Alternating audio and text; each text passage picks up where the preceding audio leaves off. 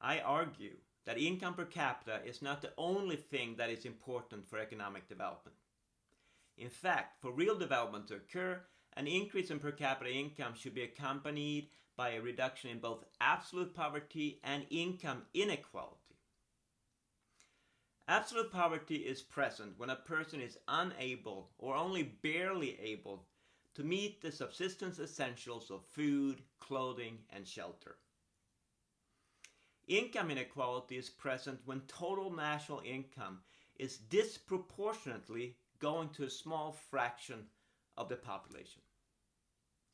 It is easy to understand why absolute poverty is important for development.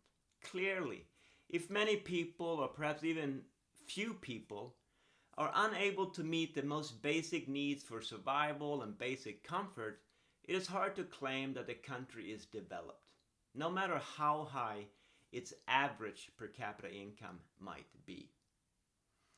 But what's so bad about income inequality?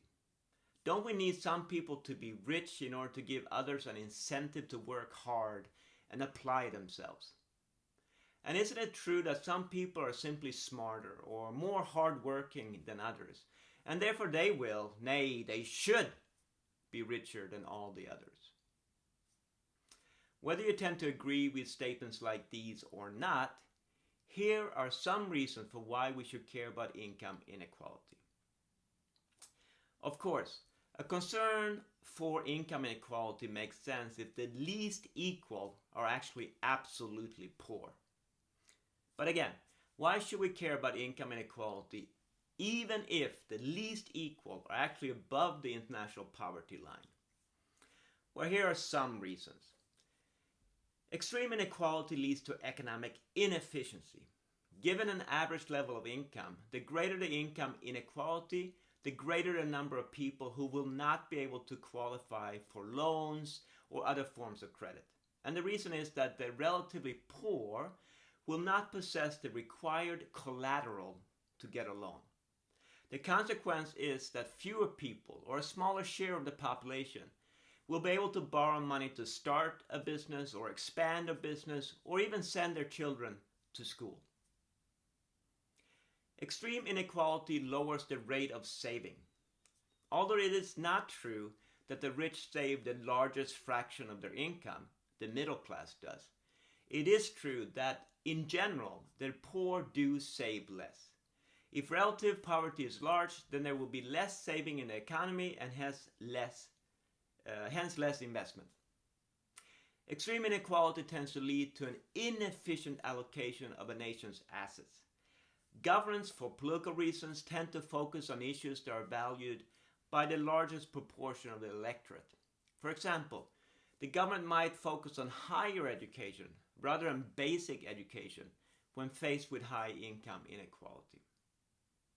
Extreme inequality tends to lead to inefficient farming because there will be too many small subsistence farms, which are inefficient and maybe even too small to even support a single family. And there might also be too many very large farms, which may be very efficient but often leads to poverty.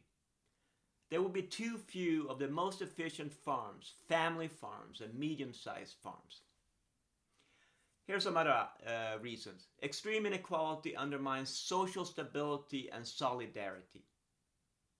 Extreme inequality tends to centralize political power. Extreme inequality tends to generate rent-seeking behavior, that is, corruption. And as the final important reason, extreme inequality is often viewed as being unfair. Despite what the factor share model of income distribution claims, much of the inequality observed in the world is not due to some people or factor owners being more productive than others. Rather, income inequality is often the result of either luck or family connections.